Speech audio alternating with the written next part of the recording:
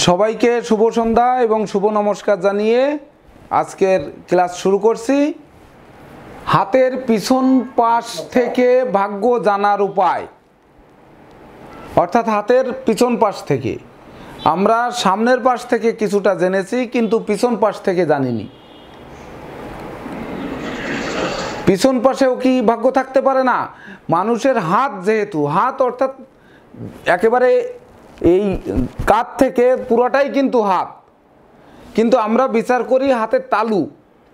হাতের রেখায় ভাগ্য বিচার মানে হাতের শুধু তালু নয়, এখানে কিন্তু পিছন পাশেও ভাগ্য লুকায়িত থাকতে পারে। কিভাবে থাকতে পারে তা জানতে হবে আমাদের। এইবার যদি বলি যে পিছন পাশে নিশ্চয়ই মন্দ ভাগ্য থাকবে, আপনাদের হয়তো প্রশ্ন থাকতে পারে যে পিছন পাশে মন্দ ভাগ্য থাকবে, সামনের পাশে শুভ ভাগ্য থাকবে। পিছন পাশেও কিন্তু শুভ ভাগ্য থাকতে পারে। এটি কিভাবে সম্ভব, কিভাবে জানা সম্ভব, এবং হাত দেখে কিভাবে সহজভাবে যে সামনে পিছনে দুই পাশ থেকে, আমার কথা হচ্ছে যে শর্টকাট পথে কিভাবে ভাগ্য জানা যায় বা একজন ব্যক্তির ভাগ্যফল বলা সম্ভব। কঠিন যেগুলো আপনাদের অন্য টিচাররা শেখাবেন, আমি এত কঠিন বিষয় শেখাতে পারবো না, বা আমার অত জ্ঞানের ভাণ্ডার পূর্ণ না যে আমি কঠিন সাবজেক্টগুলো পড়াবো। আমি হচ্ছে শর্টকাট পথে মেরে দেবো, মানে শুধু গোল। অর্থাৎ আপনারা গোল দেওয়া শিখবেন, কিভাবে হাত দেখে বা হাতের পিছন পাশ দেখেও গোল মেরে দেওয়া যায়। তো এক্ষেত্রে কিন্তু বোর্ডে দুটি হাত আঁকানো আছে, আপনাদের হাত দুটির দিকে লক্ষ্য রাখতে হবে। প্রথম হাতটিতে আমরা 1 নাম্বার করলাম, এই হাতটি 1 নাম্বার, আর এই হাতটি করলাম আমরা 2 নাম্বার। এইবার দুটি হাতের মধ্যে কি কোনো পার্থক্য আছে আপনাদের মনে হয়? কেউ কি বলতে পারবেন কোনো পার্থক্য আছে কিনা?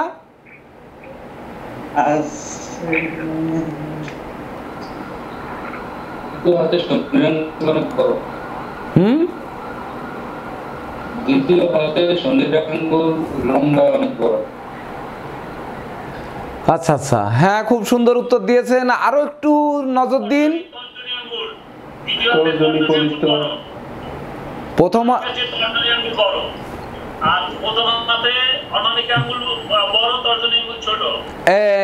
এই লিটন জয়ধর একেবারে অরিজিনাল উত্তর দিয়েছেন। মধ্যমা কি থাকলো আর না থাকলো সেটি বিষয় নয়, মধ্যমা সবসময় বড় থাকবে। এটা ছবি আঁকানোর ক্ষেত্রে হয়তো লম্বা কেন এ পর্যন্ত উঠে যেতে পারে, কিন্তু হাতে হচ্ছে 1 নাম্বার হাতে তর্জনী আঙ্গুলটি ছোট, অনামিকা আঙ্গুলটি বড়। 2 নাম্বার হাতে হচ্ছে তর্জনী আঙ্গুলটি বড়, অনামিকা আঙ্গুলটি ছোট। এটি হচ্ছে 2 হাতের পার্থক্য, আর কোনো পার্থক্য নেই। এইবার হাতের 4টি আঙ্গুলেই মুদ্রা চিহ্ন 1 নাম্বার হাতেও আছে, 2 নাম্বার হাতেও আছে। এই মুদ্রা আমরা কিভাবে চিনব? হাতে প্রত্যেকের হাতের পিছন পাশ ধরুন, ধরার পরে দেখুন এই মাঝখানে যে জায়গাটি ভাঁজ হয়, এই যে ভাঁজ হচ্ছে দেখুন, এই ঠিক এভাবে ধরলে যে ভাঁজ হয়, এই ভাঁজের জায়গাটা এবার আঙ্গুল সোজা করেন, দেখুন চোখের মতো থাকে। দেখেন দেখা যায় কিনা? দেখা যায়? কারো চোখের মতো থাকে, কারো চক্রের মতো থাকে, কারো দেখা যাচ্ছে ওখানে শুধু ভাঁজ থাকে, কারো আঁকা বাঁকা শুধু রেখা থাকে, ভিন্ন ভিন্ন থাকে। কিন্তু আপনি দেখুন, আপনারা লক্ষ্য করলে দেখতে পাবেন যে আমার হাতের 3 আঙ্গুলে চোখ আছে, চোখ এই দেখুন একেবারে চোখের মতো দেখতে। কিন্তু কনিষ্ঠ আঙ্গুলের প্রথম 3টি আঙ্গুলে যেমন আছে, কনিষ্ঠ আঙ্গুলে কিন্তু তেমন নেই, অর্থাৎ চোখ নেই। দেখা যায়? হ্যাঁ। এবার আপনাদের কার হাতে এইরকম চোখের মতো আছে, বা কার হাতে এই যে লিটন জয়ধর চোখ আছে? হ্যাঁ দেখুন কার হাতে চোখ আছে, দেখুন এটা হচ্ছে মেধস ব্যানার্জি, 3 আঙ্গুলে চোখ আছে, কনিষ্ঠ আঙ্গুলে নেই, অর্থাৎ আমার মতো। এইবার উত্তম দাস, উত্তম দাসের হাতে মিডিল ফিঙ্গারে সম্ভবত চোখ আছে, ভালো দেখা যাচ্ছে না। মিডিল ফিঙ্গার এবং রিং ফিঙ্গারে চোখ আছে, তাই তো নাকি উত্তম দাস? তাই তো? আপনি বলুন, আপনি বলুন, আপনি বলুন, ভালো বোঝা যাচ্ছে না। কোন আঙ্গুলে চোখ আছে আপনার?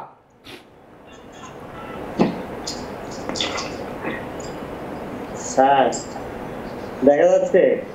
হ্যাঁ দেখা যাচ্ছে, সম্ভবত মিডিল ফিঙ্গার এবং রিং ফিঙ্গারে চোখ আছে, তাই তো আমি বুঝছি। আচ্ছা রিপন সরকার, আপনার মিডিল ফিঙ্গারে রিং ফিঙ্গারে চোখ আছে, কিন্তু তর্জনী এবং কনিষ্ঠায় নেই। আচ্ছা বাবুল দেবনাথ, আপনার মিডিল ফিঙ্গার, রিং ফিঙ্গার ও আপনার 4টা আঙ্গুলেই কিন্তু চোখ আছে। এবার জাকির হোসেন, জাকির হোসেনের হচ্ছে অনামিকা, মধ্যমা এবং তর্জনীতে চোখ আছে, কনিষ্ঠাতে নেই। এবার দেখুন নিবেদিতা ঘোষ, কোনো আঙ্গুলেই কিন্তু চোখ নেই। নিবেদিতা ঘোষ কোনো আঙ্গুলেই চোখ নেই, কিন্তু ইন্দ্রজিৎ, ইন্দ্রজিতের দেখুন 3 আঙ্গুল 4 আঙ্গুলেই চোখ চিহ্ন আছে। সুমন কবিরাজ, সুমন কবিরাজ দেখা যাচ্ছে না কিন্তু আপনার হাত।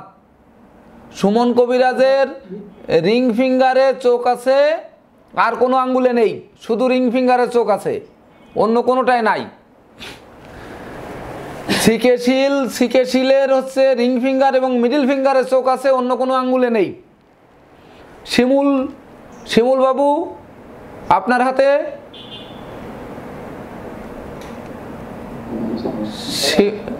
শিমুল বাবুর কোনো আঙ্গুলেই চোখ নেই। সোজা করুন আঙ্গুল, সোজা করুন, এদিকেই তো আলো নেই, তা আমি দেখবো কি করে? ও ইন্ডেক্স ফিঙ্গার, হ্যাঁ শিমুল, শিমুল বাবুর 4 আঙ্গুলেই চোখ আছে। এবার দেখুন কারো কিন্তু 2 আঙ্গুলে আছে, কারো 3 আঙ্গুলে আছে, কারো 4 আঙ্গুলে আছে, কারো নেই, এমনও কিন্তু আছে। সবার হাতে চোখ থাকবে এমনটি কিন্তু নয়, বুঝতে পেরেছেন? এবার তাহলে গুরুজি নমস্কার,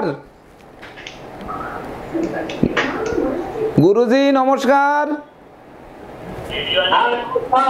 হ্যাঁ নমস্কার, আশীর্বাদ রাখবেন গুরুজি। আচ্ছা তা দেখুন, এবার আমাদের আলোচ্য বিষয় হচ্ছে চোখ নিয়ে এবং আঙ্গুল নিয়ে, যে হাতের পিছন পাশে কি ভাগ্য লুকায়িত রয়েছে, হাতের পিছন পাশ থেকে কিভাবে ভাগ্য জানা যাবে। দেখুন 1 নাম্বার হাতে কিন্তু অনামিকা আঙ্গুল বড়, তর্জনী আঙ্গুল ছোট। যখনই আমরা কোনো হাতে, যখনই আমরা কারো হাতে তর্জনী আঙ্গুলটি ছোট পাবো এবং অনামিকা আঙ্গুলটি বড় পাবো, সেক্ষেত্রে আমরা কি প্রেডিকশন দিতে পারি? সাধারণত তর্জনী আঙ্গুল বা ইন্ডেক্স ফিঙ্গার যাদের বড় থাকবে তারা নেতৃত্ব, প্রভুত্ব, কর্তৃত্ব, শ্রেষ্ঠত্বে প্রধান থাকবে, এমনকি তারা ক্ষমতার অধিকারী হবে, যে তোকে দেখিয়ে দেব, দেখিয়ে দেব কিন্তু এই আঙ্গুল দিয়ে বলে, ট্রিগার টানে কিন্তু এই আঙ্গুল থেকে, ইন্ডেক্স ফিঙ্গার থেকে। জীবনের যা কিছু ইঙ্গিত করবে তা কিন্তু এই আঙ্গুল থেকে ইঙ্গিত করবে, অন্য কোনো আঙ্গুল থেকে নয়। অর্থাৎ বৃহস্পতির যে শুভ গুণগুলো সেটি কিন্তু এই ইন্ডেক্স ফিঙ্গার থেকেই কিন্তু বেশি প্রকাশ হবে, যদি ইন্ডেক্স ফিঙ্গার সকল ফিঙ্গার অর্থাৎ রিং ফিঙ্গার অপেক্ষা লম্বা থাকে। তাই 1 নাম্বার হাতে ইন্ডেক্স ফিঙ্গারটি ছোট, অর্থাৎ এর রবির আঙ্গুল থেকে যেহেতু তর্জনী আঙ্গুল ছোট, সেহেতু তার নেতৃত্ব হবে না, কর্তৃত্ব হবে না, শ্রেষ্ঠত্ব হবে না, তার কথা লোকে মানবে না, তার কথা শুনতে চাইবে না। আপনি যদি বলেন এই তোকে মানে একেবারে চড়ায় দাঁতের বাটি ফেলে দেবো, বা তোকে বাড়ির পাশ দিয়ে, আমার বাড়ির পাশ দিয়ে যাবি না, বা তুই এখানে পাঁচিল দিতে পারবি না, তুই আমার এখানে জমি পাবি না, সে বরং উল্টে বলে দেবে যে তোর কথা কে শোনে, তুই কে যে তোর কথা আমার শুনতে হবে। অর্থাৎ যখনই তর্জনী আঙ্গুল ছোট হবে তখন আপনার কথা কেউ মানতে চাইবে না, সেই লোকের কথা মানতে চাইবে না, সেই লোকের কথা দাঁড়াবে না, সেই লোক কখনোই মানে মজবুত বা ক্ষমতাবান লোক হবে না। যেমন ধরুন একটি যদি উদাহরণ আমরা টানি, তো দেখুন আমরা জাতির পিতা বঙ্গবন্ধু শেখ মুজিবুর রহমান যখন ভাষণ দিয়েছিলেন যে আর একটি গুলিও যদি চলে তো কি হবে, আর পাকিস্তানিদের বলছে আর একটি গুলিও যদি চলে তো কি হবে, আর কিন্তু বলে নাই। বলেছেন উনি, বলেছেন? বলেননি। অর্থাৎ একটি গুলি যদি চলে বা আমার বাড়ির পাশে যদি আসো বা এখানে যদি পাঁচিল দিতে আসো বা আমার সন্তানের সাথে যদি গন্ডগোল করতে আসো বা যদি আমার পিছনে লাগতে আসো তো আমি কি করব তা দেখিয়ে ছাড়বো। যেমন এক লোকের সাইকেল চুরি হয়ে গেছে, সাইকেল চুরি হয়ে গেলে সে সাইকেল আর কোথাও খুঁজে পাচ্ছে না, খুঁজে না পেলে এবার অফিসের সবাইকে বলছে যে কিভাবে সাইকেলটি পাওয়া যায়, যদি সাইকেল পাওয়া যায় তাহলে আমি মিষ্টি খাওয়াবো, এ করব সে করব। কিন্তু অফিসের তার কোনো কলিগ ওই সাইকেলটি লুকিয়ে রেখে তার কাছ থেকে খাওয়ার জন্য বসে আছে, কিন্তু সে কোনো রকমে সাইকেল বেরোচ্ছে না। অর্থাৎ সাইকেল বের করার জন্য যা জরিমানা করতে চেয়েছে সেই জরিমানা মনোপুত হয়নি, না হওয়ার কারণে সাইকেল বের করছে না। তখন উনি কিন্তু বলছে যে আমার সাইকেল যদি আজকে না পাই তো আগের বার যা করেছিলাম ঠিক তাই করব। অর্থাৎ আগে একদিন সাইকেল চুরি হয়েছিল, সেই দিন যা করেছিল তাই করব। এইবার সবাই কিন্তু ভয় পেয়ে গেছে যে ও তো গুন্ডা মানুষ, ও সাইকেল চুরি হলে আগের বার কী করিল তা তো জানি না, অফিসের কাউকে যদি রিভলভার বের করে একেবারে ঠাস মানে ফায়ার করে দিয়ে ও চলে যায় তো আমরা কি করব। এই ভয়ে সাইকেল কিন্তু বের করে দিছে। এবার সাইকেল যখন বের করে দিলেন তখন বলছে যে আচ্ছা তোমার সাইকেল তো তুমি পেলে।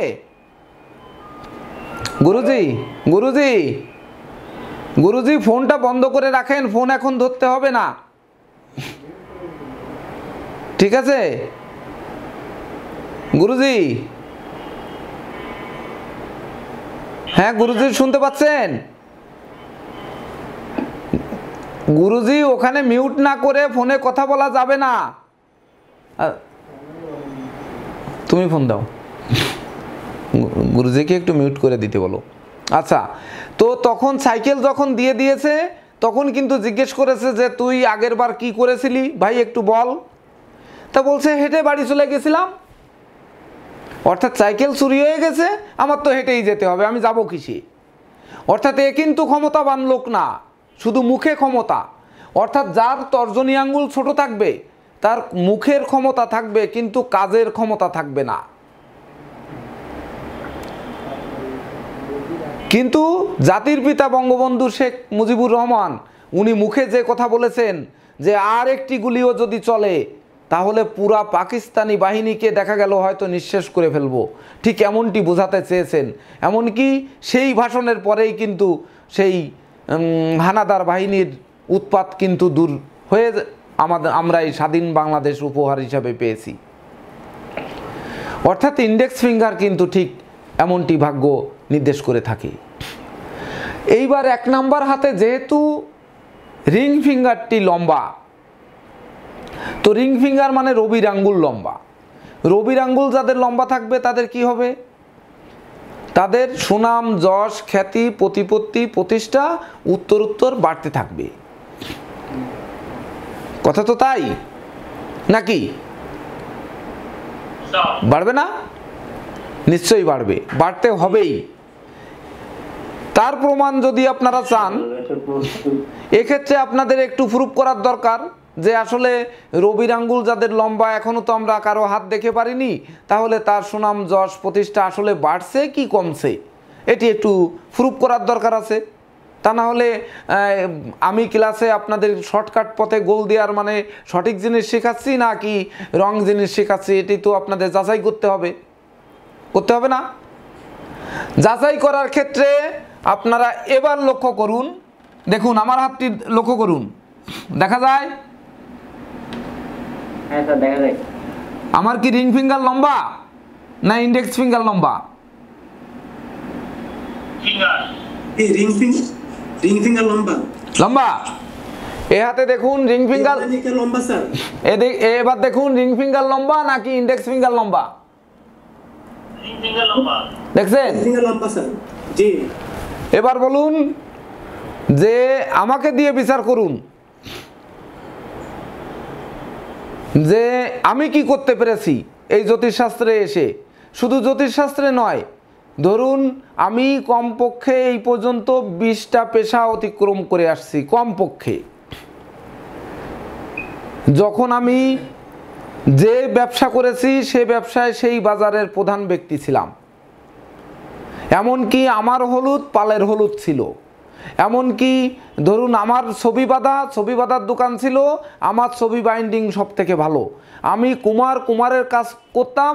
কুমারের আমার হাঁড়ি পাতিল তৈরি করা সব থেকে মসৃণ এবং সব থেকে ভালো আমার জেলার মধ্যে, শুধু আমার গ্রামের মধ্যে নয়। আমার প্রতিমা করা, যেটা 94 সালে গোপাল বিড়ি নাম আপনারা সবাই শুনেছেন কম বেশি। গোপাল বিড়ির মালিকের বাড়ি প্রতিমা করে 2000 টাকা বকশিস পেয়েছিলাম 94 সালে দুর্গা প্রতিমা করে। তাহলে দুর্গা প্রতিমা করে 94 সালে 2000 টাকা বকশিস, আর আজকের দিনে 20,000 টাকা বকশিস এক কিনা, তাই ভাবেন। 5,000 টাকার প্রতিমার কাজে 2000 টাকা বকশিস মানে কি? দুর্গা প্রতিমা করা চার্জ ছিল তখন 5,000 টাকা, আর আমি বকশিস পেলাম 2000 টাকা, মানে কি পেলাম?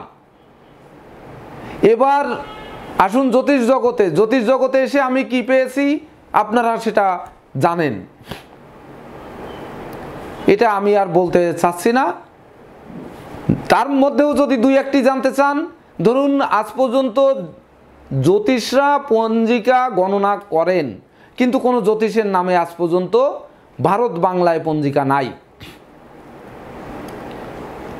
শুধু গণক অর্থাৎ পণ্ডিত মশাই, ব্রাহ্মণ জাতির শ্রেষ্ঠ ব্রাহ্মণ, তাঁরাই পঞ্জিকা গণনা করেন। কেউ মালিক নন, কেউ সম্পাদক প্রকাশক নন।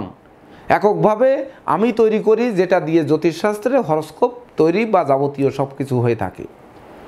তাছাড়া আমি ধরুন কয়েকটি গ্রন্থ লিখেছি, গ্রন্থটা কতটা সমাদৃত বা আমি আমার পেশায় কতটা জয়ী, এমনকি এই সংগঠনের ক্ষেত্রে আমার ভূমিকা কতটুকু প্রশংসনীয় বা কতটা ত্রুটি বিচ্যুতি। হ্যাঁ, মানুষ হিসেবে আমি খারাপ বা আমার ত্রুটি বিচ্যুতি থাকতেই পারে, কিন্তু সেই পরিমাণ কত আর যশের পরিমাণ কত এটি আপনাদের জরিপ করতে হবে। তবেই না বুঝতে পারবেন যে রবির আঙ্গুল লম্বা থাকলে তাদের সে যেখানে থাকবে সেখানকার কর্তা ব্যক্তি থাকবে, অর্থাৎ সুনাম যশ খ্যাতিতে সে সবার উপরে থাকবে, মধ্যমণি হয়ে থাকবে। ক্লিয়ার? সবাই বুঝতে পেরেছেন? শিখেশীল এটা কি সঠিক না মিথ্যা বললাম? ঠিক আছে। মুজিবুর রহমান সাহেব যেটা বললাম এটা কি সঠিক? হ্যাঁ বলুন বলুন। ও আচ্ছা, তাহলে একটু পরে প্রশ্ন করব আপনার কাছে। আর কি বলতে চেয়েছিলেন?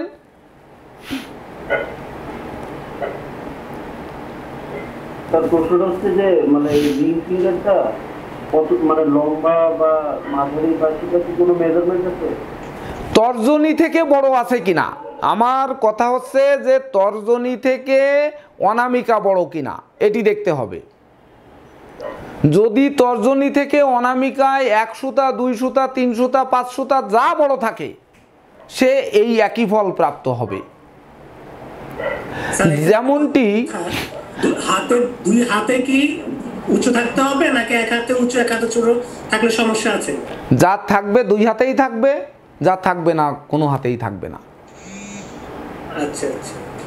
এবার যেমন দেখুন, আমরা কনিষ্ঠ আঙ্গুলের যদি মাঝের করের মানে প্রথম করের নিচে যদি কনিষ্ঠ আঙ্গুল থাকে, তাহলে আমরা সাধারণতভাবে পামিস্ট্রিতে বলি যে এরা রাক্ষসগণ, তাহলে নরগণ, আর উপরে থাকলে দেবগণ। যদিও এই বিচার পদ্ধতি মোটেও সঠিক নয়। আমি বলবো অনলি 5%ও এর সত্যতা আছে কিনা সন্দেহ। কারণ গণ নির্ণয় হবে নক্ষত্র অনুযায়ী, আঙ্গুল অনুযায়ী গণ নির্ণয় হবে না। আর যার আঙ্গুল কাটা, যার আঙ্গুল নেই বা হাত কাটা, যেমন আমাদের সুমন কবিরাজ হাত নেই, উনি কি গণ, ওনার গণ কিভাবে বের করবেন আপনারা? হ্যাঁ, তাহলে উনি সব গণ, অর্থাৎ 27টা নক্ষত্রের 27টা গণ উনি। ঠিক তদনুরূপ এই কনিষ্ঠ আঙ্গুল দিয়ে গণ নির্ণয়, এটি 5%ও মূল্য আছে বলে আমার কাছে মনে হয় না। এবার আসি দ্বিতীয় বা 2 নাম্বার হাতে। দেখুন 2 নাম্বার হাতে কিন্তু অনামিকা আঙ্গুলটি ছোট, তর্জনী আঙ্গুলটি বড়। তার মানে একই উত্তর কিন্তু আপনারা পেয়ে গেছেন যে তর্জনী বড় মানে নেতৃত্ব, প্রভুত্ব, কর্তৃত্ব, শ্রেষ্ঠত্বের সে প্রধান, আর অনামিকা আঙ্গুল বা রিং ফিঙ্গার এটি ছোট মানে তার সুনাম যশ খ্যাতি ক্রমাগত নিম্নগামী হচ্ছে বা হবে, এক সুনাম যশ খ্যাতিতে উপরে উঠতে পারবে না। এইবার রিং ফিঙ্গার আপনাদের কার কার ছোট আছে? তর্জনী অপেক্ষা রিং ফিঙ্গার ছোট আছে কার কার? দুটোই সমান। সমানের ব্যাখ্যা একটু পরে দিচ্ছি, আগে ছোট বড় হোক। আমার 2 হাতেই বড় sir, ring finger. Ring finger ছোট, উত্তম দাস? হ্যাঁ বড় স্যার, 2 হাতেই বড়। হ্যাঁ বড়, খুব সুন্দর। 2 নাম্বার হাত 1 নাম্বার হাতের সঙ্গে মিলবে, মানে আপনার সুনাম থাকবে, যশ থাকবে, খ্যাতি থাকবে, প্রতিপত্তি থাকবে, দিন দিন উপরের দিকে উঠবেন, অর্থাৎ জ্যোতিষ পেশায় প্রচুর নাম করতে পারবেন, বা যে পেশায় যান না কেন আপনি উন্নতির দিকে ধাবিত হবেন। হ্যাঁ, তাহলে আপনি যেমন গীতা পাঠক, চণ্ডী পাঠক, তারপরে ধরুন পূজা অর্চনা পুরোহিত, আপনি অবশ্যই বড় কিছু হবেন, এমনকি সেক্ষেত্রে যশস্বী হবেন যেহেতু রিং ফিঙ্গার বড়। এইবার রিং ফিঙ্গার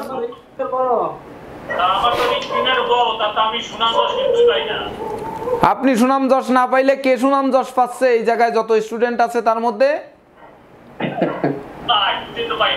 হ্যাঁ, নিজেরটা কখনো নিজে বোঝা যায় না যে আমি কতটা বড়, এটা কখনো বোঝা যায় না, অপরে বোঝে। হ্যাঁ,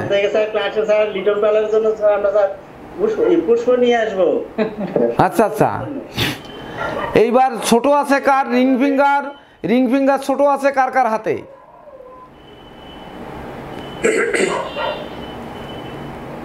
বড় আছে, বাবুল কুমার দেবনাথ বড় আছে।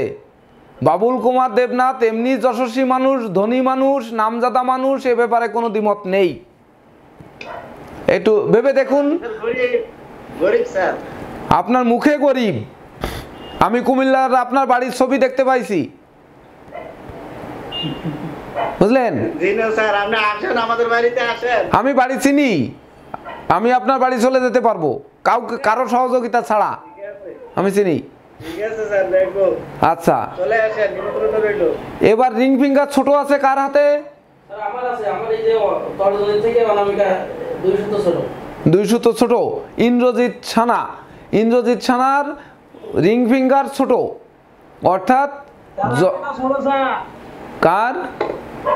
হ্যাঁ, এই জন্য তো সুমন কবিরাজের মানে শরবত কম বিক্রি হয় বা শরবতের সুনাম কম হয়, বা নিজের ওষুধ তৈরি করে, অথচ সেই ওষুধ এত ভালো ওষুধ, আমি যেটা একটি ওষুধ পরীক্ষা করে দেখেছি সুমন কবিরাজের তৈরি করা, নিজস্ব তৈরি করা ওষুধ, আয়ুর্বেদিক ওষুধ, এত ভালো কাজ করে। একটি লোককে একটি ফাইল দেওয়ার পরে সে পুরা প্যাকেট ধরে 48 পিস নিতে চেয়েছে, আমি তার কাছে 20 পিস মাত্র বিক্রি করেছি, কিন্তু তার কাছে আমি 48 পিস ধরে দেইনি, এত কাজ করে। আমি নিজেও ট্রাই করে দেখেছি যে এত উপকারী জিনিস, অথচ সেই সুমন কবিরাজ কিন্তু নাম যশ পাচ্ছে না বা পাচ্ছেন না, এটা কিন্তু আপনারা দেখতে পারেন। সুমন কবিরাজের আবিষ্কৃত যেসব আয়ুর্বেদিক ওষুধ আছে সেসব ওষুধের প্রত্যেকটা আমি 2টো না 3টা পরীক্ষা করেছি, একেবারে যেমন বলা তেমন কাজ, কিন্তু ফল নেই, মানে যশ নেই, খ্যাতি নেই, প্রতিপত্তি নেই, তার কিন্তু দিন অন্তে পান্তা পুরায়, অর্থাৎ রবির আঙ্গুল ছোট। যশ যদি না থাকে, খ্যাতি যদি না থাকে, তো প্রতিপত্তি প্রতিষ্ঠা আসবে কোথার থেকে? আপনার মানুষ কথায় বলে যে টাকা মানুষ আপন, টাকা পর, যত পারিস মানুষ ধর।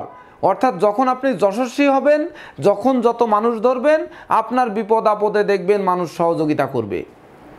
গুরুজিকে আনমিউট করে দিতে বলো। না, দেয়নি। কই, ওই জায়গায় তো মিউট আছে, মানে গুরুজি কথা বললে তো শুনতে পাবো না। হ্যাঁ, এখন ওই ছেড়ে দিতে বলো গুরুজিকে। আচ্ছা, এবার দেখুন, এই যে আঙ্গুলে চোখ অর্থাৎ আই, এটি কিন্তু মানুষের দুটি চোখ, আমাদের দুটি চোখ, কিন্তু আরেকটি চোখ আছে। সেই চোখটির নাম কি? ওটার নাম জ্ঞান চক্ষু। জ্ঞান চক্ষু। যাদের তর্জনী আঙ্গুলে চোখ থাকবে তারা আধ্যাত্মিকতায় বা ধর্ম যাজক হিসাবে স্বীকৃতি পাবে, ধর্মের প্রতি আকৃষ্ট থাকবে, ধর্ম প্রচার, ধর্মের প্রসার, এমনকি ধর্মকে পুঁজি করে জীবন প্রবাহ বা জীবনকে পরিচালিত করার দিকে ধাবিত হবে। এমনকি সে তার ভিতরে প্রচুর স্পিরিচুয়াল শক্তি থাকবে বা আধ্যাত্মিক শক্তি বা ঐশ্বরিক শক্তি থাকবে। যেমন হাতে আপনার দৈব রেখা থাকে, মঙ্গল এবং চন্দ্রের মাঝে বাঁকা যে রেখাটি থাকে, যাকে আমরা দৈব রেখা বলি। দৈব রেখা চেনেন তো? এভাবে থাকে। হ্যাঁ,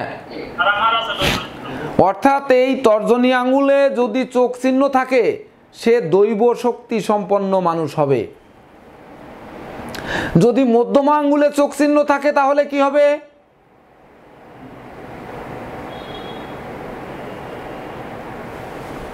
বলুন।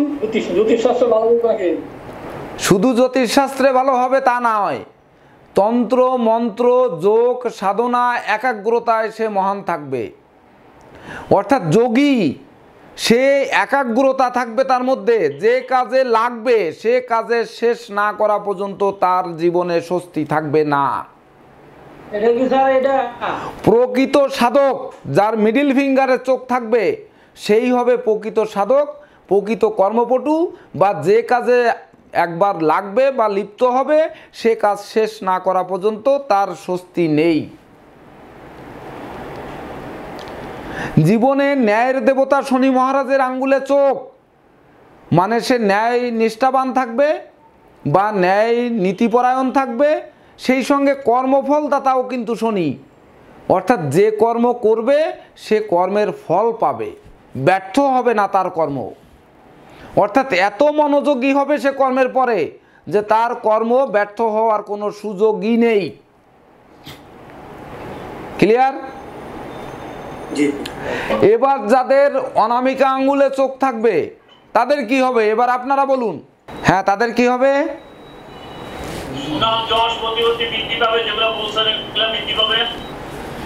সুনাম যশ খ্যাতি প্রতিপত্তি থাকবে, সেই সঙ্গে আরো কিছু থাকবে। সে কিন্তু উত্তরাধিকার সূত্রে প্রচুর ধন সম্পদ সম্পত্তি পাবে, বা বাবার আদর্শ পাবে, আবার যদি মেয়ে হয় তাহলে মায়ের আদর্শ পাবে, বা মায়ের তরফ থেকে ধন সম্পদ সম্পত্তি পাবে। রবি কিন্তু উত্তরাধিকার সূত্রে ধন সম্পদ সম্পত্তির মালিক।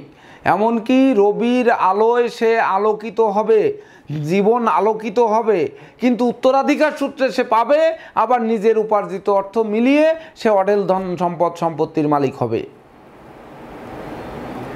অর্থাৎ সূর্য, হ্যাঁ, অর্থাৎ সূর্য উদিত হলে যেমন জগৎ আলোকিত হয়, তার ঘর সবসময় আলোয় ভরা থাকবে। অর্থাৎ ভাগ্য লক্ষ্মী তার গৃহে বাসা বাঁধবে, বা ধরুন তার উত্তরাধিকার সূত্রে, বিশেষ করে এমন হতে পারে যে পিতার মতো সন্তান, পিতা ডাক্তার সন্তান ডাক্তার, পিতা জ্যোতিষ সন্তান জ্যোতিষ, পিতা ইঞ্জিনিয়ার সন্তান ইঞ্জিনিয়ার। এটা কিন্তু রবির আঙ্গুলে চোখ থাকলে তবেই না সম্ভব, নচেত কিন্তু নয়। পিতা গরিব হইলে সন্তান গরিব। চোখ থাকলে গরিব হবে না। যদি রিং ফিঙ্গারে চোখ থাকে সে গরিব মানুষ হবে না, দেখায় দিতে পারবেন না, একটিও বের করে দিতে পারবেন না, শর মধ্যে একটি পারবেন না। যদি হাজারে বলি তখন হয়তো হতে পারে যে সে প্রচুর ধন সম্পত্তির মালিক, হয়তো অন্য কোনো গ্রহ দোষে লটারি জুয়া হাউজিং বা নেশা মদ্যের প্রতি লিপ্ত হয়ে সে ধ্বংস করে ফেলেছে, এটা হতে পারে, এছাড়া কিন্তু নয়, সে কিন্তু গরিব হবে না। হ্যাঁ, এবার যদি কনিষ্ঠ আঙ্গুলে যদি চোখ চিহ্ন থাকে সে ব্যক্তি কি হবে? বুদ্ধির দেবতা বুধ, হ্যাঁ, বোধন শক্তির কারক বুধ, গবেষক হবে, মূলত হচ্ছে গবেষক হবে, আবিষ্কারক হবে, লেখক হবে, বাদ্যযন্ত্রের প্রতি আকৃষ্ট থাকবে, অর্থাৎ স্বনামধন্য লেখক হবে, গবেষক হবে, আবিষ্কারক হবে, সেই সঙ্গে নামজাদা ব্যবসায়ী হবে। তার ভিতরে অন্তর্দৃষ্টি থাকবে, যাকে আমরা গুহ্য শক্তি বা গুপ্ত শক্তি বলি, যেটা গুহ্য ক্রস, যাদের হাতে গুহ্য ক্রস চিহ্ন থাকে, গুহ্য ক্রস চেনেন তো?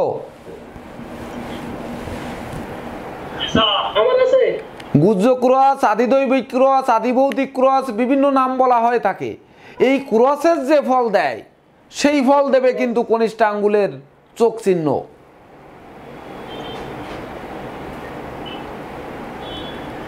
তাহলে দেখুন, আমরা হাতের পিছন পাশ থেকে কি ভাগ্য বলতে পারবো না? এই যে কনিষ্ঠ আঙ্গুলের চোখ চিহ্নটা স্যার, হ্যাঁ আছে, সবকিছুর প্রতি আমার আকৃষ্ট আছে, কিন্তু স্যার পারি না, সে শক্তি পৌঁছে দিতে পারি না। হ্যাঁ, তাহলে পারেন না, ওই ক্ষেত্রে দেখতে হবে যে আপনার বুদ্ধিবৃত্তি বিচক্ষণতা যতটা আছে অতটা লেগে থাকার প্রবণতা নেই, অর্থাৎ কর্মফলদাতা যে শনি, এই শনির কুপ্রভাবের কারণে আপনি কর্মের ফল পাচ্ছেন না। অর্থাৎ শনির আঙ্গুলে মিডিল ফিঙ্গারের চোখটি দেখুন, ওই চোখের মধ্যে ত্রুটি আছে, বা ওই চোখের মধ্যে হয়তো ক্রস আছে, বা তিল আছে, বিন্দু আছে, বা হয়তো ওইটি মানে স্পষ্ট চোখ নয়, বা মধ্যমাতে চোখ নেই, এমনটি কিন্তু হবে। বা সেই সঙ্গে আপনার হাতে শনির ক্ষেত্র খারাপ থাকবে, বা আপনার প্ল্যানেটেও কিন্তু শনির ক্ষেত্র খারাপ থাকবে। আছে, এভাবে কিন্তু আমাদের বিচার করতে হবে যে যখনই আমাদের এই চোখ নেই বা চোখ আছে থাকা সত্ত্বেও আমরা কেন হচ্ছি না, মানে জয়ী হতে পারছি না, সেই কাজে সফলতা পাচ্ছি না, তাহলে এটি চোখ নয়, এটি চক্র হতে পারে বা ভাঁজ হতে পারে, আমরা চোখ বলে ভুল করছি। এই জন্য জ্যোতিষকে গুরুমুখী বিদ্যা কেন বলে? যে ধরুন আপনারা ভিডিওতে স্পষ্ট দেখতে পাচ্ছেন না, যখন সরাসরি থাকা হয় বিভিন্ন লোক হাত দেখাতে আসে, যখন চোখ পাওয়া যাবে, যখন চক্র পাওয়া যাবে, যখন মুদ্রা পাওয়া যাবে, যখন ভাঁজ পাওয়া যাবে, পার্থক্যটা ওখান থেকে বোঝা যাবে। আপনারাও বিভিন্ন লোকের হাত টেনে ধরে কিছু করা লাগবে না, একটু হ্যান্ডশিপ করতে গিয়ে হাতটা এভাবে ভুট করবেন, করেই আপনি দেখে নেবেন কার হাতে কেমন থাকে। বা একটু বন্ধু বান্ধবের ভিতরে হাতের উপরে একটা মানে আর কি করতে করতে এই একটা চট দিলেন, চট দিলেই আপনি আপনার নজর থাকবে, তো আপনি লক্ষ্য করবেন যে তার আঙ্গুলে চোখ কেমন আছে, সে কতটা ধনী বা কতটা প্রতিষ্ঠিত, বা সে তার ভিতরে কি গুণ আছে। এগুলো যখন আপনারা পরীক্ষা করতে পারবেন তখন বুঝতে পারবেন যে কেসিপাল আসলে আমাদের সঠিক জিনিস শেখালো নাকি একটা ভুয়া জিনিস নিয়ে আমাদের ক্লাসের এই সময় নষ্ট করলো। এভাবে পরীক্ষা নিরীক্ষা করে তবেই না কিন্তু শিখতে হবে। এই জন্য হচ্ছে আমাদের সেমিনারের আয়োজন, যে আগামী মাসে আমাদের যে বিভাগীয় সেমিনারগুলো হবে, এই সেমিনারে কিন্তু এই সকল শিক্ষণীয় সেমিনার হবে। একদিন শিক্ষণীয় আলাপ থাকবে, সবাই সবার হাত দেখতে পাবে, দেখে দেখে কার কোথায় কি প্রশ্ন তারা বের করতে পারবে। এর জন্যই কিন্তু এই আয়োজন করেছি আমরা প্রত্যেক বিভাগে গিয়ে, সেখানে জ্যোতিষরাও আসতে পারবে। যদি কেউ মনে করে, কোনো জ্যোতিষ যদি মনে করেন যে হ্যাঁ আমার আরেকটু শেখার দরকার, তার জন্য আমাদের দ্বার খোলা। যারা শিক্ষার্থী আছে তাদের জন্য তো অবশ্যই দ্বার খোলা, এমনকি আমরাও কিন্তু তখন ওখানে ছাত্র, আপনাদের সবার হাত দেখে ওখান থেকে আমরাও কিন্তু কিছু নিব। শুধু আপনাদের দিব বা দেওয়ার মতো ভান্ডার যে পূর্ণ তা কিন্তু নয়। আমাদেরও পকেট খালি আছে, এখানেও পকেট আছে, ভিতরেও পকেট আছে, প্যান্টেও পকেট আছে, পিছনেও পকেট আছে, প্রচুর পকেট আছে, তাছাড়া ভিতরে পকেট আছে। অর্থাৎ এই সকল পকেট শূন্য, দেখুন কোনো পকেটে কিন্তু কিছু নেই। অর্থাৎ জ্যোতিষশাস্ত্রের আসলে কিন্তু কিছুই জানি না। এই সকল পকেট পূর্ণ করার জন্য কিন্তু আমি যাব এই সেমিনারে। ঠিক আছে স্যার, আমি পূর্ণ করে আনতে যাব আপনাদের কাছ থেকে, এবং ওই বিভাগে অনেক বিজ্ঞ জ্যোতিষরা আছে, সেই সব বিজ্ঞ জ্যোতিষদের সংস্পর্শে যে তাদের কাছ থেকেও আমরা অনেক কিছু শিখতে পারবো। এই জন্যই হচ্ছে জ্যোতিষ সেমিনার বা জ্যোতিষ কনফারেন্সের গুরুত্ব বা গুরুমুখী বিদ্যার গুরুত্ব হচ্ছে এজন্যই, এছাড়া কিন্তু নয়। স্যার বৃদ্ধাঙ্গুলি যদি থাকে, বৃদ্ধাঙ্গুলি যদি থাকে তাহলে তারা শান্তিময় বা প্রশান্তিময় জীবন যাপন করবে। অর্থাৎ প্রশান্তির দেবতা বা শান্তির দেবতা হচ্ছে শুক্রাচার্য। দাম্পত্য সুখ, শান্তি প্রতিষ্ঠা, পারিবারিক সুখ, ব্যবসায়ী সুখ, অংশীদার সুখ, সহকর্মী সুখ, সেই সঙ্গে আপনার শয্যা সুখ, এমনকি আর কি সুখ আছে বলুন, ধন ঐশ্বর্যের সুখ। অর্থাৎ ঐশ্বর্যের দেবতা, ঐশ্বর্য মজুত রাখতে সহযোগিতা করে কিন্তু শুক্র, সে ওই ধন ঐশ্বর্যে পরিপূর্ণ মানুষ হবে। আমি কিন্তু চাই আপনারা এরকম প্রশ্ন করুন, যার জন্য প্রত্যেকটা ক্লাসে কিন্তু আমি একটি একটি জায়গা ফাঁকা রাখি, যে দেখি আপনারা সেই জায়গা নক করেন কিনা। আজকে বাবুল কুমার দেবনাথ, আপনাকে অসংখ্য ধন্যবাদ যে আপনারা সেই ফাঁকা জায়গাটিতে নক করেছেন। না স্যার, এই যে বৃদ্ধাঙ্গুলে যেটা, ওইটার কথা বললাম আর কি। হ্যাঁ হ্যাঁ, বুঝতে পেরেছি, আমি সেইটাই বললাম যে যদি বৃদ্ধাঙ্গুলিতে চোখ চিহ্ন থাকে তাহলে সে ব্যক্তি সুখ, শান্তি, সমৃদ্ধি এবং ধন ঐশ্বর্যে পরিপূর্ণ মানুষ হবে। অর্থাৎ প্রশান্তির দেবতা শুক্রাচার্য তারকে শান্তিতে পরিপূর্ণ করে রাখবেন। আচ্ছা, জাকির হোসেন আপনাকে দেখা যাচ্ছে না, আবার সুব্রত কর্মকার দেখা যাচ্ছে না, গ্যালাক্সি M30s দেখা যাচ্ছে না, কেন? আপনাদের কি কারণ? আচ্ছা, আমাদের চট্টগ্রামে যে ডাক্তারবাবু, উনার কি নাম যেন, উনি কি জয়েন করছেন? কোথায়?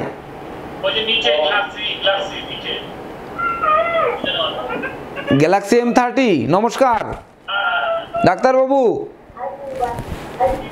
শুনতে পাচ্ছেন? আসলে ক্লাসে কি কিছু বোঝা যাচ্ছে? আপনি তো সবার লাস্টের দিকে ভর্তি হয়েছেন, আসলে কি কিছু বুঝতে পারছেন? কেননা আপনাকে নিয়ে আমাদের অনেক গর্ব এবং অনেক স্বপ্ন। আমাদের এর ভিতরে পুরাতন স্টুডেন্টদের মধ্যে হোমিওপ্যাথিক ডাক্তার আছে 3 জন না 4 জন, কিন্তু অ্যালোপ্যাথিক বা MBBS ডাক্তার একমাত্র আপনি। অর্থাৎ আপনার শিক্ষার উপরে, বা আপনি যদি বলেন যে হ্যাঁ জ্যোতিষশাস্ত্র গ্রহণযোগ্য, তবেই না আমরা মনে করব যে হ্যাঁ এই সাবজেক্টটি আসলে এর গুরুত্ব আছে। এমনকি মেডিকেল অ্যাস্ট্রোলজিতে আমরা যখন যাব, আগামী ক্লাস আমি মেডিকেল অ্যাস্ট্রোলজির উপরে যাব, কারণ আমাদের এখানে ডাক্তার বেশি। তো মেডিকেল অ্যাস্ট্রোলজিতে কিভাবে রোগ নির্ণয় করা যায়, একজন মানুষের হাত দেখে এবং জন্মছক দেখে কিভাবে রোগ নির্ণয় করা যায়, এক্ষেত্রে আপনাদের প্রত্যেকের যার যার জন্মছক রেডি রাখবেন। আমি যখন প্রশ্ন করব তখন তার জন্মছক দিবেন, তার কি কি রোগ থাকতে পারে সেই রোগগুলো যখন বলবো আপনারা জায়গায় মিলিয়ে নেবেন। মিলিয়ে নিলে বুঝতে পারবেন যে হ্যাঁ মেডিকেল অ্যাস্ট্রোলজিতে আপনার বা রোগ ব্যাধি নির্ণয়ে জন্মছক বা হাতের গুরুত্ব কতটা। অর্থাৎ আমি চাই ক্লাসে যেটি আলোচনা হবে সেটি যেন সঙ্গে সঙ্গে বোঝা যায় বা সঙ্গে সঙ্গে প্রমাণ করা যায়, এটি যেন হয়। আমি কিন্তু তাই চাই। আপনারা আদায় করে নেবেন। আপনাদের যদি আদায় করে নেওয়ার মানসিকতা না থাকে তো আমাদের ভিতর থেকে কিন্তু আসলে বের হবে না। বাচ্চা যদি না কাঁদে মা কিন্তু দুধ দেবে না। অর্থাৎ আপনাদের প্রশ্ন করতে হবে। সেই প্রশ্ন করার পর্যায়ে আপনারা তো এসে গেছেনই। এইবার বলুন, এই যে হাতের পিছন পাশ থেকে আপনাদের আর কি প্রশ্ন থাকতে পারে?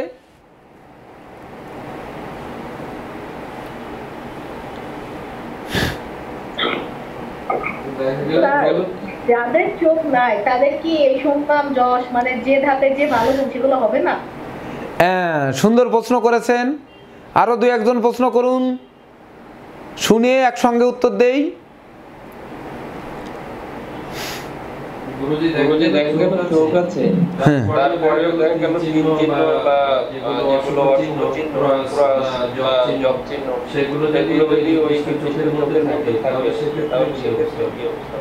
হ্যাঁ, খুব সুন্দর সুন্দর প্রশ্ন করেছেন। আর কারো কোনো প্রশ্ন? হ্যাঁ স্যার, আমার স্যার আমার হচ্ছে পূর্বে যদি কোনো কাটাছাড়ের মধ্যে চোখ চিহ্নের মধ্যে শনির আঙ্গুল কিংবা রবির আঙ্গুলের মধ্যে আমরা যদি কোনো কাটাকাটি থাকে পূর্বে অ্যাক্সিডেন্ট কিংবা দুর্ঘটনার মধ্যে, এটা কি কোনো স্যার ইঙ্গিত করবে? না, অ্যাক্সিডেন্টের মাধ্যমে যদি আপনার চোখ চিহ্ন ছিল, অ্যাক্সিডেন্টের মাধ্যমে কেটে চোখ চিহ্ন বেরিয়ে গেছে, এটা কোনো কুপ্রভাব ফেলবে না।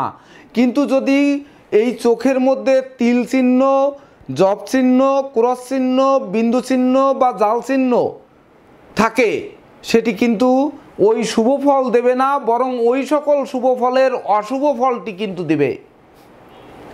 বিশেষ করে তিল চিহ্ন, বিন্দু চিহ্ন, ক্রস চিহ্ন, জব চিহ্ন, এগুলো কিন্তু অবশ্যই অবশ্যই ঠিক উল্টা ফল দেবে, অর্থাৎ নেগেটিভ ফল দেবে। এইবার ধরুন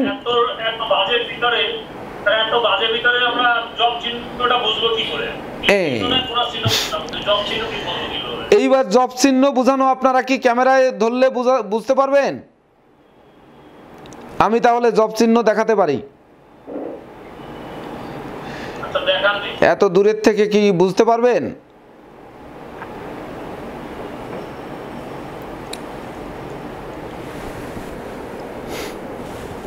আমার কনিষ্ঠ আঙ্গুলটায় দেখুন তো, দেখা যায় কিনা? জব চিহ্ন দেখা যায়, একেবারে ধানের মতো। কনিষ্ঠ আঙ্গুলের বাহির দিকে লম্বা, মানে ঠিক এই পাশটায় লম্বা দেখা যায়। দেখেছেন? তার মানে ধরুন এই 20 বছরের জীবনে মাত্র 5টা গ্রন্থ লিখেছি, 14 বছর ম্যাগাজিন লিখেছি, দৈনিক রাশিফল লিখি, আর সামান্য একটা পঞ্জিকা 5 বছর লিখি, এই করেছি।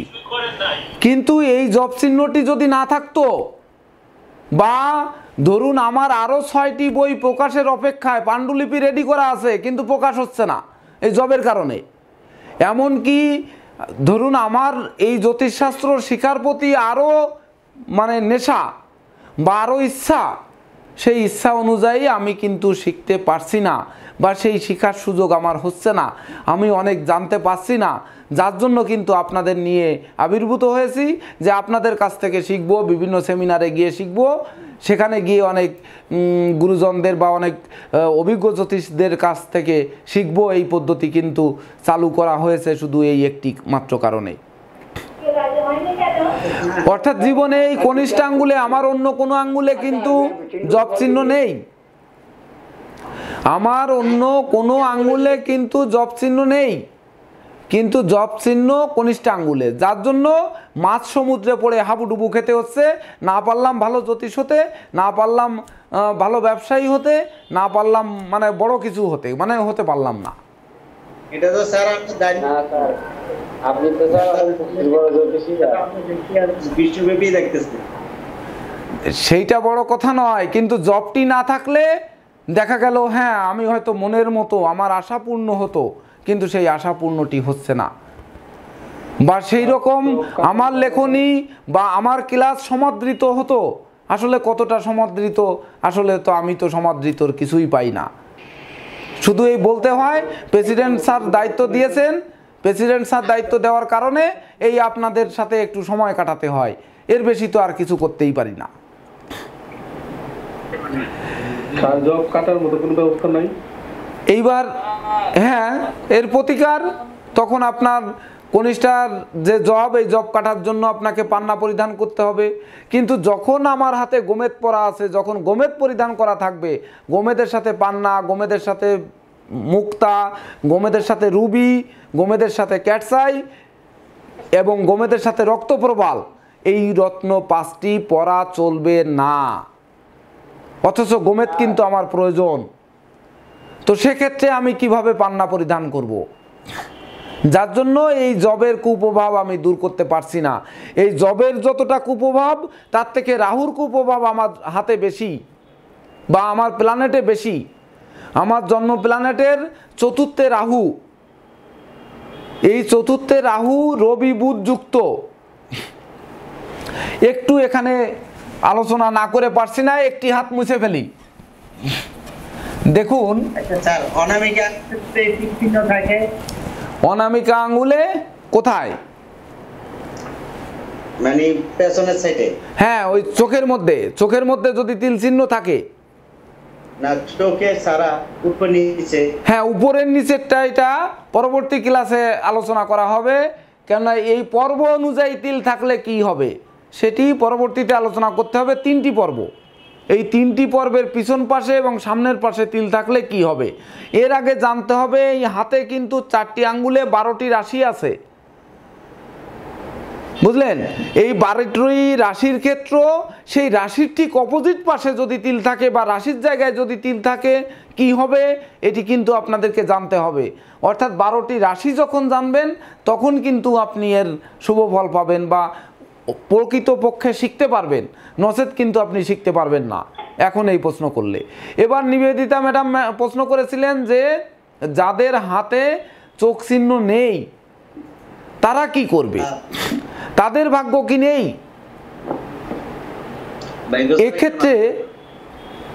এক্ষেত্রে ধরুন চোখ চিহ্ন কোনো হাতেই নেই বা কোনো আঙুলেই নেই, সমান একেবারে মসৃণ, হাত সোজা করলেও যা, বক্র করলেও তাই। কিন্তু অর্থাৎ তারা সমভাগ্যের লোক।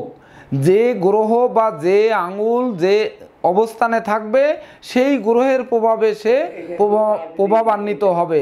কিন্তু এক্সট্রা যে ফল, সহজ শর্টকাট পথে যে ফল বের করা, এই শর্টকাট পথে ফল বের করা যাবে না। এবার দেখুন, আমি বললাম যে একটু প্ল্যানেটের দিকে নজর না দিয়ে পারছি না। রবি, বুধ এবং রাহু, আমার জন্ম প্ল্যানেটে তুলা রাশিতে রবি, বুধ এবং রাহু আছে এবং আমার লগ্ন হচ্ছে কর্কট। কর্কট লগ্নের ক্ষেত্রে 4র্থে রবি, বুধের সাথে রাহু। এইবার বলুন যে আমি রাহুর প্রতিকার পড়ব না রবির প্রতিকার পড়ব না বুধের প্রতিকার পড়ব, এখানে বলুন কোনটির গুরুত্ব বেশি? রবির প্রতিকার করতে হবে স্যার। রবি রবি রবি। রবির প্রতিকার পড়লে কি হবে এবার শুনুন। রবির প্রতিকার যখন রবি শক্তিশালী হবে সে তো রাহুর সাথে পারবে না, কারণ রাহু সূর্যকে গিলে ফেলে, গিলে ফেলার কারণে সূর্যগ্রহণ হয়। অর্থাৎ রাহু, রবিকে আপনি যতই শক্তিশালী করুন না কেন, রাহুর সাথে তো রবি কখনো লড়ে পারবে না। অর্থাৎ রবি নিস্তেজ, রবিকে আরো নিস্তেজ করে ফেলো। রবি এমনি তো নিঃস্বস্ত আছে ওখানে, তুলা রাশিতে তো রবি নিঃস্বস্ত, আর মেষ রাশিতে রবি তুঙ্গস্থ, সিংহ রাশিতে রবি তার নিজ গৃহ। তাহলে রবি নিঃস্বস্ত আছে, তাকে আপনি পাথর দিয়ে কত আর চাঙ্গা করবেন? একটা খোড়া মানুষকে প্লাস্টিকের পা লাগিয়ে দিয়ে তাকে দিয়ে কি মেসির মতো গোল দেওয়াবেন, বা রোনালদো, বা ধরুন আপনার আরও কে কে যেন বিশ্ববিখ্যাত গোলার আছেন, তাদের মতো গোল দেওয়াবেন প্লাস্টিকের পা দিয়ে বা কৃত্রিম পা দিয়ে? অর্থাৎ রবির প্রতিকার এখানে দিয়ে আমাকে দিয়ে ওই রাহুর সাথে লড়াই করা সম্ভব হবে না। রাহুর সাথে লড়াই করার জন্য গুন্ডা মানুষ দরকার, গুন্ডা। কিন্তু গুন্ডা চরিত্র নেই আমার মধ্যে, আছে রাগ, আছে রাগ, রাগ, ক্রোধ, জেদ, এটি আছে। আমি প্রচন্ড রাগী মানুষ, এটি ঠিক আছি, কিন্তু গুন্ডা বা কসাই নই। অর্থাৎ আমি রাহুর সাথে রবিকে চাঙ্গা করে রাহুর সাথে পারবো না কখনোই। এইবার যদি বুধের আমি প্রতিকার করি, বুধ হচ্ছে তৃতীয় এবং দ্বাদশপতি, তৃতীয় এবং দ্বাদশপতি লগ্নের, তাহলে দ্বাদশপতি এবং তৃতীয়পতি সে রাহু দ্বারা পীড়িত হয়ে বসে আছে। তার প্রতিকার পড়লে ভাই বোনদের চাটি খেতে হবে, চাটি। আর উপরন্তু এই বুধ যখন শক্তিশালী হবে তখন 2 টাকা উপার্জন করে, এখন হয়তো ওই মানে ধরুন আপনার যে আমরা আতপ চাল খাই, দেশি ভাটিয়াল চাল, ভাটিয়াল চাল মানে 50 টাকা করে কেজি বর্তমানে। তাহলে আমি যদি বুধের প্রতিকার করি তো আমার 16 টাকার রেশনের চাল কেনার জন্য লাইন দিতে হবে, 50 টাকার চাল খাওয়া হবে না আমাকে দিয়ে। বুঝতে পেরেছেন? আপনারা বিচার করে দেখুন। হ্যাঁ,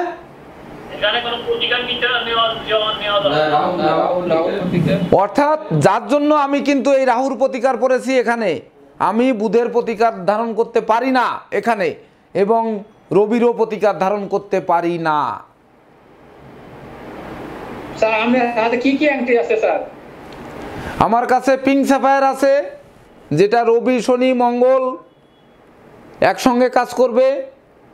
পীতম্বরী নীলা আছে, যেটি বৃহস্পতি এবং শনির কাজ করবে। বৃহস্পতির পোকরাজ আবার স্পেশাল একটি আছে, আর হচ্ছে একটি গোমেদ আছে। আর এটা ডায়মন্ড নাম বলে, কিন্তু আসলে ওই নকল জিনিস, ডায়মন্ড কেনার মতো টাকা নাই, যার জন্য ওই কোনো রকমে ওই আপনার একটা অষ্টধাতুর আংটি ব্যবহার করি, কিন্তু এটাকে লোককে বলি ডায়মন্ড, কিন্তু আসলে মেসোনাইট। তাহলে পিঙ্ক সাফায়ার আর কিরকম রিলেশন করা যায় তাহলে স্যার? হ্যাঁ, পিঙ্ক স্যাফায়ার মানে তো স্যাফায়ার গ্রুপের, ওটা তো নীলা, রক্তমুখী নীলা, রক্তমুখীর টপ যেটি, সেটিই তো পিঙ্ক স্যাফায়ার। কারণ আমার লগ্নের সপ্তম এবং অষ্টমপতি শনি, এবং শনিটা আছে কোথায়? আমার প্ল্যানেটের লগ্নে শনি, এখানে লগ্নে শনি, আমার এখানে দশমে কেতু, দ্বাদশে হচ্ছে মঙ্গল, চন্দ্রটি অষ্টমে।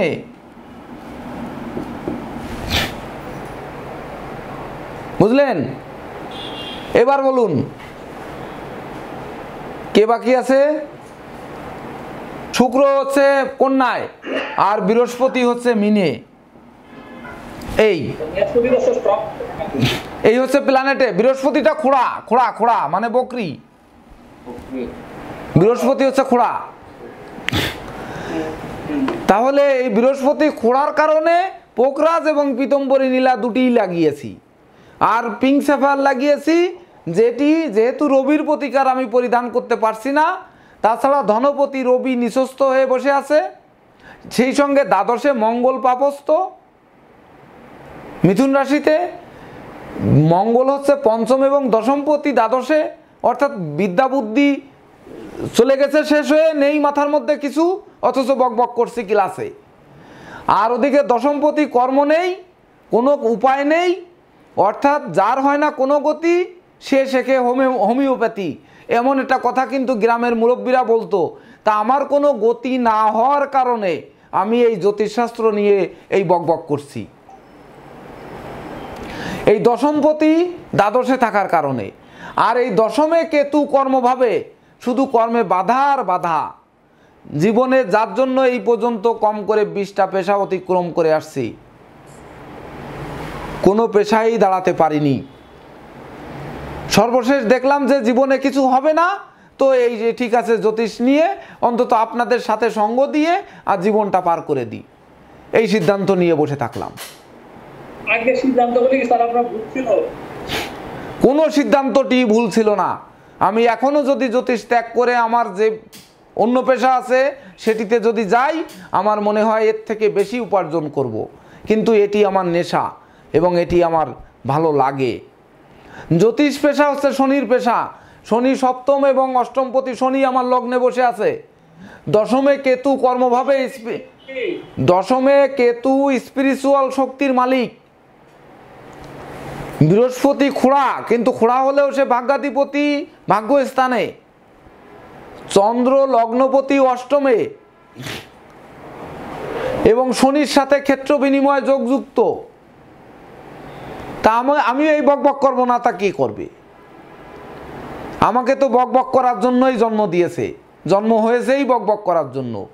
এই জন্য ভালো যেসব পেশা রয়েছে আমার, সেই ভালো পেশাগুলোকে বাদ দিয়ে আপনাদের সাথে এসে যেসব পেশার পরিচয় দেওয়া যায় না, যে বাইরে বেরোয় বলা যায় না যে আমি জ্যোতিষ করি, সেই পেশাকে আমি বেছে নিয়েছি। কারণ এই রবি দুর্বল। হ্যাঁ হ্যাঁ, আপনি তো হলুদ হলুদ যেরকম সব রান্নার আগে, হ্যাঁ এরকম আর কি, একবার লবণের মতো। আপনার কাছে মনে হচ্ছে, কিন্তু আসলে অন্তর্দৃষ্টি দিয়ে দেখলে আমার ভিতরে কিছুই নেই। এই মহান সমুদ্র সম্পন্ন জ্ঞান জ্যোতিষশাস্ত্র, এর কতটুকুই বা আমি জানি।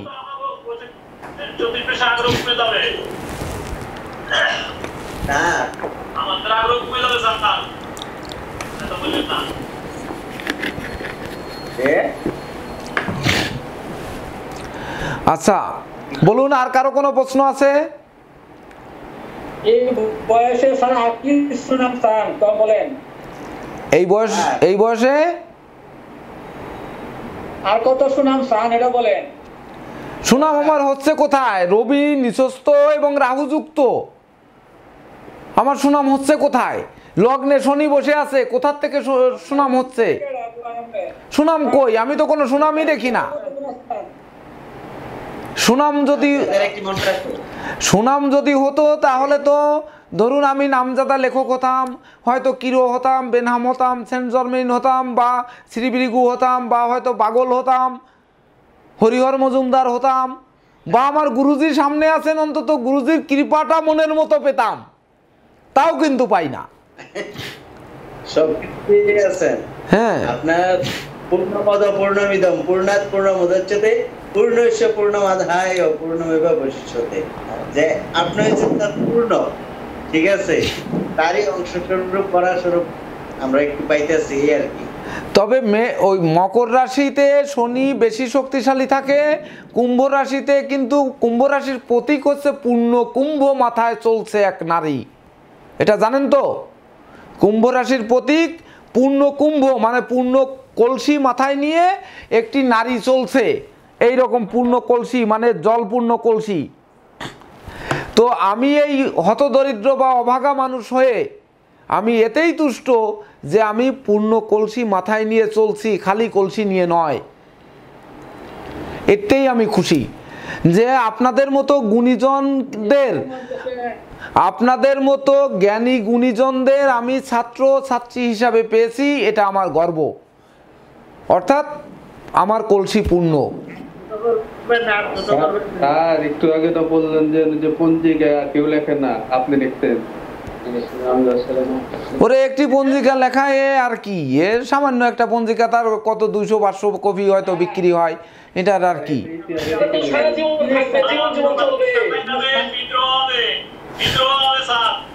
হ্যাঁ,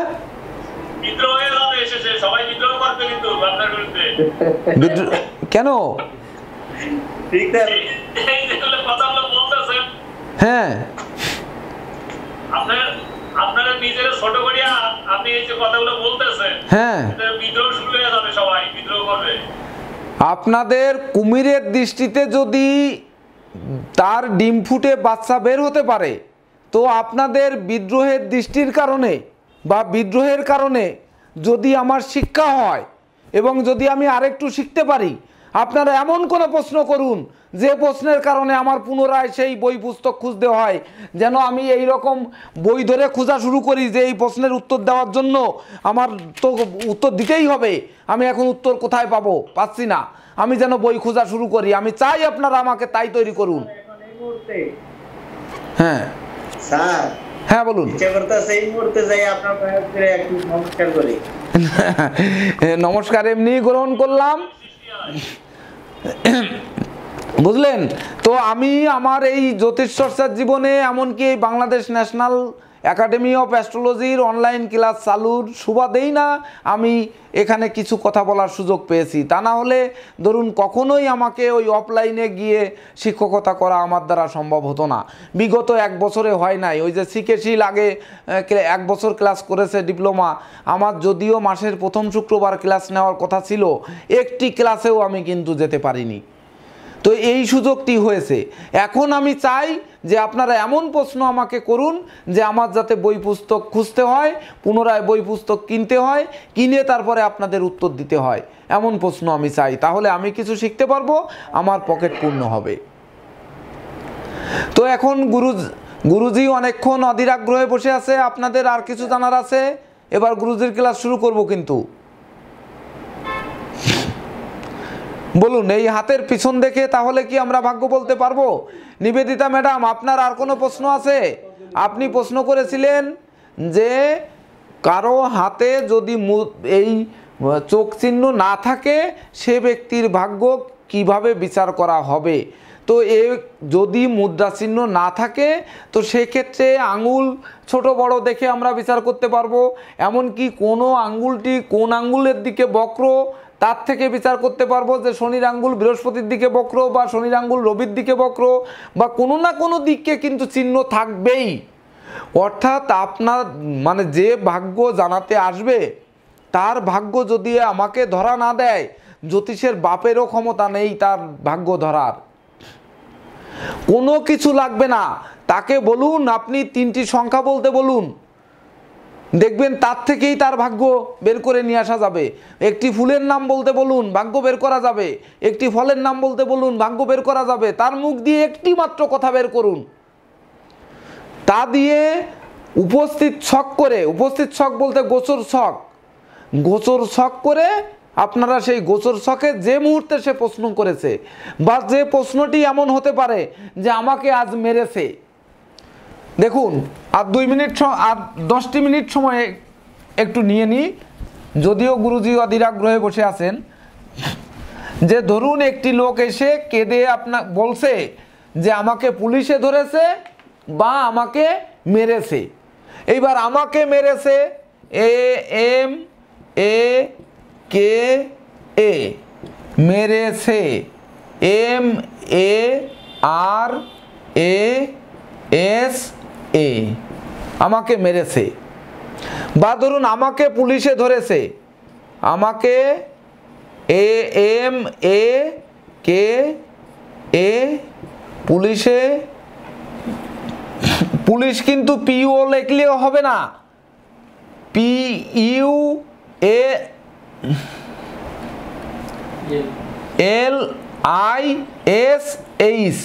পুলিশ সে, ই ধরেছে, DHORASA।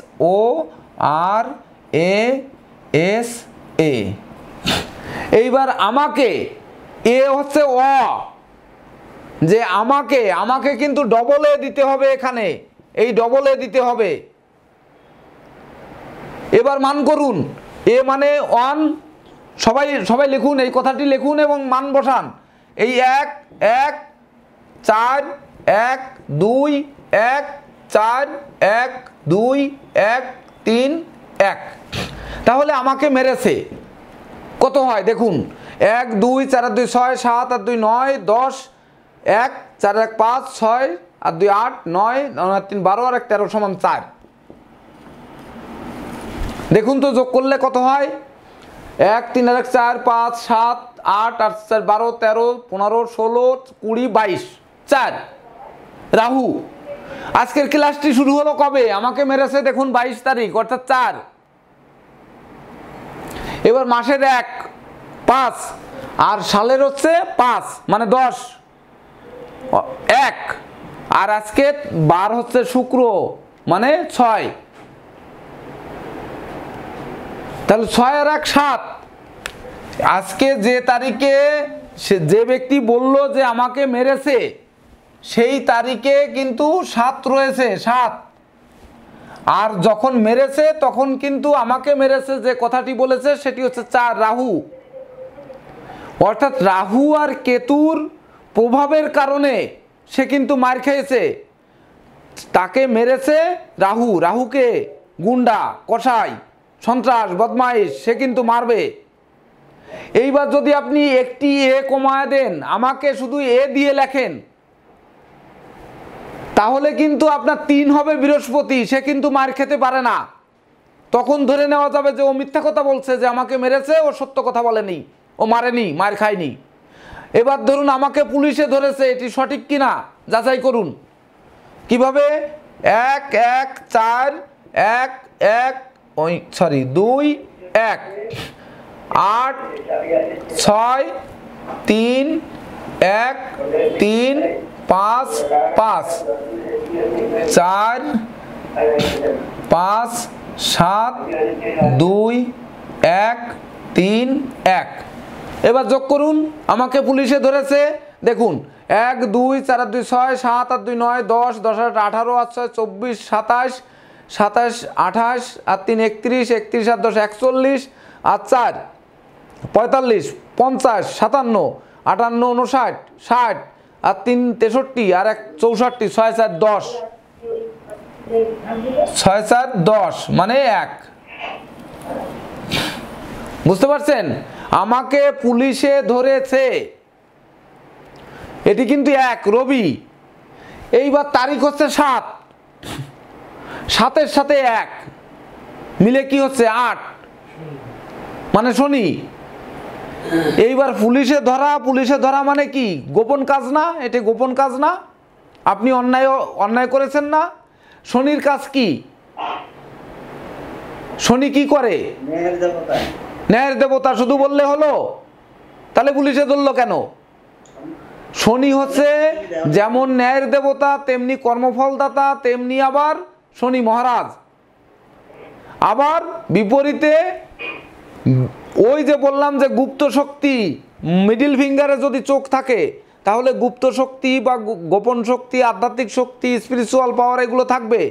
তো এই 1-এর সঙ্গে 7 মিলে যেহেতু 8 হচ্ছে, শনি হচ্ছে বিদ্রোহ, ফাটল, ক্ষয়ক্ষতি, লোকসান, ধ্বংস, বিপর্যয়ের মালিক, এমনকি কারাবাসের মালিক, কারাবাস বরণ করার মালিক, নিঃসঙ্গ জীবন যাপন করার মালিক। তার কারাবাসের ছাড়া কে নিঃসঙ্গ জীবন যাপন করে? আমাদের বাংলাদেশে কারাগারে আপনাকে ওই শোয়ানো হয় গ্যাদারিং, মানে ফাইল দিয়ে, যে গেদে গেদে শুয়ে তার মাঝখানে আরেকজনকে শুয়ে দেওয়া হয়। কিন্তু ইউরোপের দেশে আমি কারাগার দেখেছি, সেখানে কারাগারে কিন্তু রুম বাই রুমে মানুষ থাকে, শুধু নিঃসঙ্গ, কারোর সঙ্গে দেখা করতে পারবে না। এই দেখা করতে না পারাটাই হচ্ছে তার জীবনের সবচেয়ে কষ্ট। কারোর সঙ্গে দেখা করতে পারবে না, কথা বলতে পারবে না। এই শোকে কষ্টে তার জীবনে আর ওই অন্যায় কাজ কিন্তু করবে না। অর্থাৎ ইউরোপ আমেরিকা, গোটা ইউরোপ আমেরিকা, জাপান, কোরিয়া, মানে উন্নত বিশ্বে কারাগারগুলো কিন্তু ঠিক এমন। আপনারা প্রয়োজনে যার যেখানে ক্ষমতা আছে, যার যেখানে পরিচিত লোক আছে, যদি কারাবাসে যেয়ে থাকে ইউরোপ এবং আমেরিকা, সেই সঙ্গে জাপান, কোরিয়া, চীন, মানে উন্নত বিশ্বের রাষ্ট্রগুলো আপনারা লক্ষ্য করুন, তাহলে বুঝতে পারবেন যে আমি সঠিক বললাম না মিথ্যা বললাম। তো এই যে শনি মহারাজ, হ্যাঁ, তাদেরকে নিঃসঙ্গ জীবন কাটানোর জন্য তাকে পুলিশে ধরেছে। অর্থাৎ যে কথাটি বলবে সেই কথা সে সত্য বলল না মিথ্যা বলল, তার ভাগ্য ওখান থেকেই বিচার করা সম্ভব। এটা একমাত্র জ্যোতিষশাস্ত্র দ্বারা। তো আমাদের কথা হচ্ছে যে যে ব্যক্তি যে কথাটি বলবে সেই উচ্চারণ অনুযায়ী লিখতে হবে। আপনি যদি POLISH পুলিশ লেখেন তো হবে না, উচ্চারণ যেটা হচ্ছে সেটা লিখতে হবে। ক্লিয়ার? আর কোনো প্রশ্ন আছে? বলুন। হ্যাঁ স্যার, পুলিশ বানান না PU। আমি কি বললাম আপনাকে? সে তো বলছে পুলিশে ধরেছে, পুলিশে ধরেছে তো বলে নাই। সে তো পুলিশে ধরেছে বলে নাই, বলেছে হ্যাঁ। যদি পুলিশে ধরেছে তো সে বলে নাই। যে লোকের নাম তপন, তার নাম আপনারা কি লেখেন? তপন, TAPAN, এই হচ্ছে তপন। কিন্তু তপন যদি নিউমারোলজি করতে হয় তখন আপনাকে লিখতে হবে TAPON, তবেই না সঠিক উত্তরটা পাবেন নিউমারোলজিতে। এত সোজা না। নিউমারোলজি শুধু ক্লাস করেই যাচ্ছেন, বা আমিও কিন্তু 7টি ক্লাস নিয়েছি, বা 9টি করে 9টি ক্লাস নিয়েছি, কিন্তু এখনো বীজমন্ত্র পেয়ে পারেননি। বীজমন্ত্র পেতে হবে। এইবার তপন হচ্ছে প্রথম তপন দেখুন 4 1 8 1 5, তার মানে 5 আর 1 6, 8 আর 6 14, 15 15 আর 4 19, এই তপন হচ্ছে 1, মানে রবি। সব তপন কি ধনী? সব তপন কি জননন্দিত? সব তপন কি প্রতিষ্ঠিত? রবির আলোয় সে কি দোলে? তপন নামের লোক ভিক্ষুক, কানা খোড়ানুলো নেই, অভাব অনটনের মধ্যে নেই। সব তপন কি ধনী মানুষ? সব তপন কি যশস্বী মানুষ? আপনারা উত্তর দিন, বলুন। হ্যাঁ, কম আছে। সব তপন কি ধনী বা জননন্দিত প্রতিষ্ঠিত আছে? নেই। এইবার তপন এইটা দেখুন, তপন হচ্ছে 4 1 8 7 5, এবার কত হয়? 5 7 5 12 8 20 21 21 আর 4 25, এই 7, এই দেখেন 7, দেখেছেন? তার ভিতর কি লুকিয়ে আছে? ভালো মন্দ। কেতু যখন রবিতে ভালো দিকটা, এখানে রবি যে জন্ম দিয়েছে তার ভিতর একটি শনি আছে, রাহু আছে, বুধ আছে, বা বিভিন্ন সংখ্যা যা আছে এটার ব্যাখ্যা পরে দিব। কিন্তু কেতু যখন আছে, একমাত্র রবি, সে তো আলোয় দুলবে। রবি ভালো থাকলে তো তার আর কোনো কিছু ভালো থাকার প্রয়োজন নেই। কিন্তু কেতু ভালো থাকলে কি তার অন্য কিছু প্রয়োজন নেই? অবশ্যই আছে। আবার কেতু খারাপ থাকলে কি তার অন্য কিছুর অভাব, মানে সবকিছু ভালো করে দেবে? অন্য গ্রহ সবকিছু ভালো করে দেবে, বা একমাত্র কেতুই তাকে ধ্বংস করে দেবে? বরং কেতু পেঁচাবে। এ যেমন লাকি নাম্বার 7 শেক্সপিয়ারের, তেমনি মানুষ অপরের দোষ ত্রুটি নেবে, বা দোষ ত্রুটি তাকে দেবে, লোকে ভুল বুঝবে, সন্দেহ করবে, দুর্ঘটনা রক্তপাত মানুষের জীবনে ঘটবে। মানুষ হলে মনোকষ্ট থাকবে, শরীর থাকলে শরীর কষ্ট থাকবে, ভুল বোঝাবুঝি, সন্দেহ প্রবণতা থাকবে।